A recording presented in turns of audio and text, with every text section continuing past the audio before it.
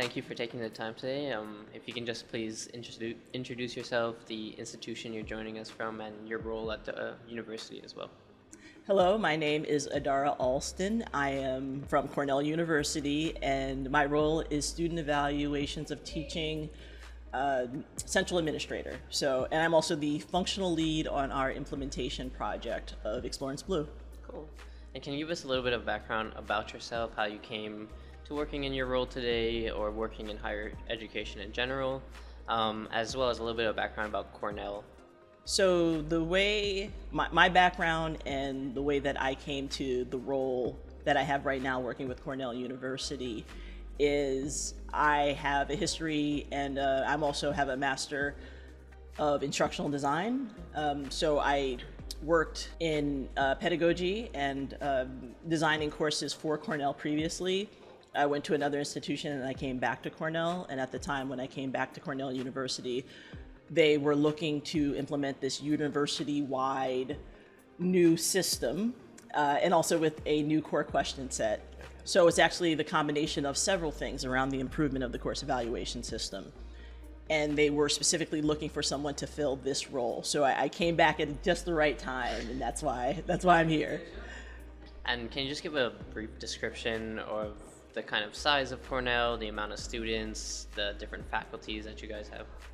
Yeah, so the size of Cornell University is about, and I hope I'm getting this right, around 25,000 students, I'll say, with some liberties there. There are 14 college/school units that comprise Cornell that have a long-standing history that make Cornell a bit what people would say as decentralized, essentially, but it's a unified university, but it does have a background of coming from very specialized schools and college units that were separate that combined to the one university. Makes sense. And if we take just a little bit of a step back, so you mentioned using Explorance Blue. Can you talk a bit about that process before Blue? So whether it's surveys or course evaluations, whether it was with a different vendor, what were kind of the ecosystem back then, and then what was kind of the drivers to make you look for a new vendor? So the history at Cornell University prior to Explorance Blue is that, as I mentioned, Cornell comprises of several college and school units. Each of those units is either on a homegrown system that was developed at Cornell that uses things like cold fusion and different technologies that are a bit more dated, a bit more legacy, a bit more fragile in nature.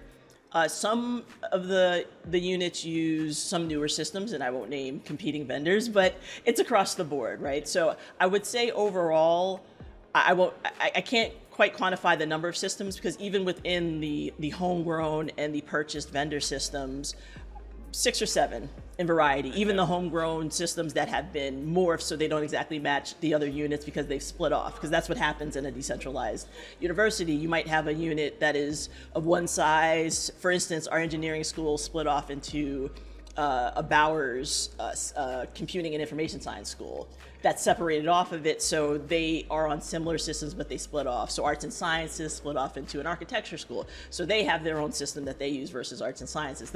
Those kinds of splits that happen within the university. So everyone is on several different systems. So prior to Explorance Blue, we were on these different systems, and when you are a university who wants to find validation in promoting a change. So we have this question in our new core question set about belonging or about academic integrity. And you want to create university metrics where you can measure against the university. How are we doing in this metric? And then you justify a change or initiate a project based off of those metrics.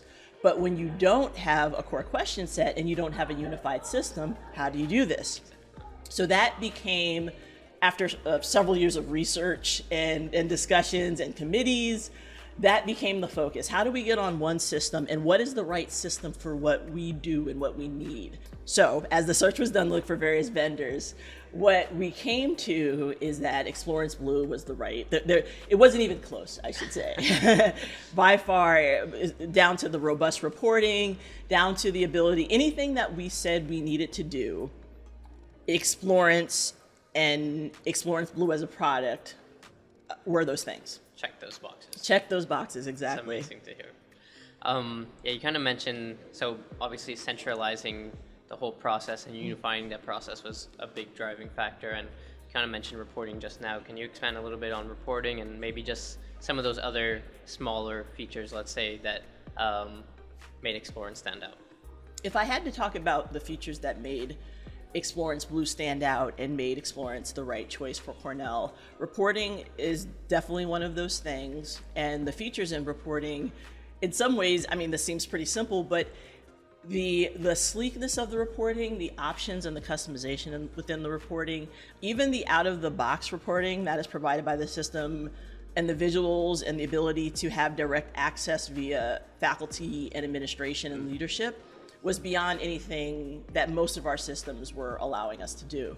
So the simplicity of not having an administrator manage generated via some level of a spreadsheet or another system that they are manually producing with the results and then emailing it out by request, by manual individual request, just wasn't something that we viewed as sustainable, though it's happening right now. So now you can take people in these administrative roles and have them focused on doing their actual jobs and not focused on things that we can add efficiency to. And Explorance will allow us to do that. So that reporting is just one piece of it. And if I dig a little bit deeper and dig, no pun intended, if I were to dig a little bit deeper, that was a good one. We've been using that one a lot. But if I were to dig a little bit deeper as far as another feature that was helpful to us that maybe we didn't even know about during the vendor search, it's the 3-level relationship, which has allowed us to take our data, which is pretty complex as far as our course components and our combined courses and our course types and our levels of instruction, and wanting to track across the board how each level of a course is doing in order to create a single course evaluation experience where we don't have a lecture survey and a discussion survey and a laboratory survey when they're all in the same course technically. So we were able to use Explorance to do something that we haven't seen another vendor offer, and it really has been a game changer for us as far as student experience in creating this unified survey that has the level of, allows us to send out a single survey, but also track the granularity that then feeds into the reports. Right. And thank you for bringing that up, actually, because that was leading me on to my next question. Okay. So with the I know you guys presented on that also yes. Here at Explorance World. Can you briefly described it just now with the different levels of the course components that you are looking to measure. Can you actually just paint the kind of full picture of all those components and then also the why behind you wanted to measure these things? Right. If I were to go back and paint the picture of how Cornell University was led to 3-level relationships and that technique and that process that provided us a solution that we didn't know that we'd be able to find, I'll go back to where we started, which was when we were first put onto the system. And you have those initial discussions as far as getting on. We're using a sandbox and production environment, and what release you're on when you initially implement the system. Yeah. So we implemented on Blue 8. And based off of our consultation with Explorance, we were provided a list of options that were getting us at what we wanted in regard to our use cases. So we had some initial use cases as far as how our questionnaire should display. But as we started to talk to our college units, we got deeper into that discussion and we discovered edge cases, complexity that we didn't necessarily realize was there. And as we listed our use cases, there was one use case that was really tricky as far as having a student and instructors on various levels, on various component levels within a course. So that example of a lecture, a discussion, and a lab. The request to have the ability to evaluate a TA in some of those secondary levels, and also be able to track and send out a single experience that was catered to the user, catered to the student, but be able to report back to faculty in a way that made sense to them. And as we dug deeper into that use case, 2-level, as we'll call it, which is the traditional setup, wasn't quite meeting the needs of Cornell the way we saw it within those discussions. But it wasn't that there wasn't a solution. There was a solution. We were able to use it, but it didn't exactly fit into the manner that we found most ideal. And so as time went on and we had gone back to find even more of those use cases, we got into the window where Blue 9 was available. And as we described our use cases more and more, our conversations with Explorance led to the discovery of this 3-level relationship option. And that was really a game changer for us, because what we thought, we always thought potentially we might have to compromise a bit as far as how we design based off our use cases. But as we started to check those boxes, 3-level was giving us exactly what we needed, with maybe some consideration as far as how we might use other features, at least currently how they work, things like dig and how those work with 3-level. But within the 3-level relationship model itself, we found what we needed. So that was why we went down that path. And it allows us to satisfy this, what we call this wildcard scenario of a use case, where we have a student with multiple instructors, with multiple TAs and lab technicians, with multiple course components, with a course that is combined across subject, combined across undergrad, graduate, and be able to know all that information and ask questions that are specific to that data without having to ask an additional question to the student that says, are you in a discussion? We don't need to ask that. We know we have that information and we can track it and track exactly what discussion number related to the course that student's in with 3-level. Yeah, exactly. It's just that level of granularity. Level of granularity. Maybe that wild card scenario will happen one day. I don't know how likely, but... Oh, no, and it's in there. It will happen, and it does. We haven't, because we're doing a phased implementation with the college unit, so we're only implementing right now with the first 3 smallest colleges, and we just did that in this past semester.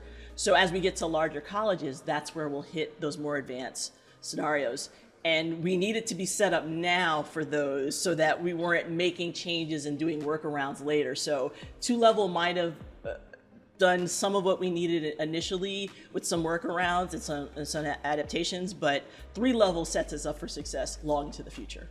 And so you just mentioned kind of your phased implementation now. Can you just speak to a little bit of the success stories that you've had so far in your implementation process? As far as the success stories that we've had in our implementation so far, we started with the 3 smallest college units that we have at Cornell, and one of those college units was the initial initiator, so to speak, as far as the request, because they are on an older system that is working and giving results back as they would need, but it's an older system, and some of the very specific training and knowledge, those employees were at the point of retiring. So then it's a thing of then training someone on an older system on very specific things, and also maybe, just say hypothetically, there's a laptop that is the last working laptop of that version, that you don't want that laptop to go away, and what do you do if that laptop stops working? Those kind of things, system things that are a bit more fragile, that you don't want to necessarily rely on long into the future. And in that case of that implementation, our stakeholders within the college are very happy, because they were able to have a simplified process as far as sending out the evaluations, how we did our validation process, how they were able to not have as much manual work to get things out the door. And Blue really streamlined the work, because we as administrators on the overall university side were handling the setup within Blue, did the question triggers, and have these question triggers that maybe didn't seem possible at one point, but have allowed us to get not just streamlining the process, but to get better data back. And be able to ask the questions that we want to ask, and know that we can track that over time. And we're just now getting to the reports part, because we're going to publish those soon.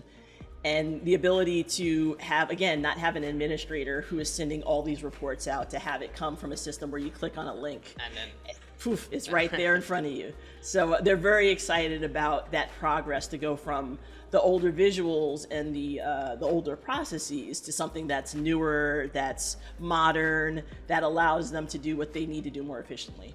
Kind of looking into the future, obviously phased implementation at the moment, so I'm sure you're looking to kind of roll it out on a bigger scale. But looking into the future with Explorance, with Blue, or just kind of the feedback culture at Cornell in general, what do you see kind of as next steps in the near and long-term future?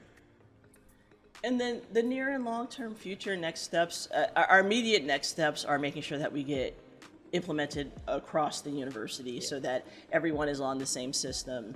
And then taking everything to the next level, really getting into all of the manners and the knowledge and the research around improved response rates, and down to what Explorance recommends, but even at this conference, all the wonderful discussion that has been had as far as how do you get the most out of this wonderful tool, because it starts with the tool, but there's so many other things you need to change. There's cultural things, there's letting people know that you care, and that this is not just about collecting it as a checking a box, but really leading towards improvement and things that students can see, so that they trust that you're doing this for them and with them and for the benefit of not just the students but also the faculty, so that everyone gets benefits out of it. Exactly.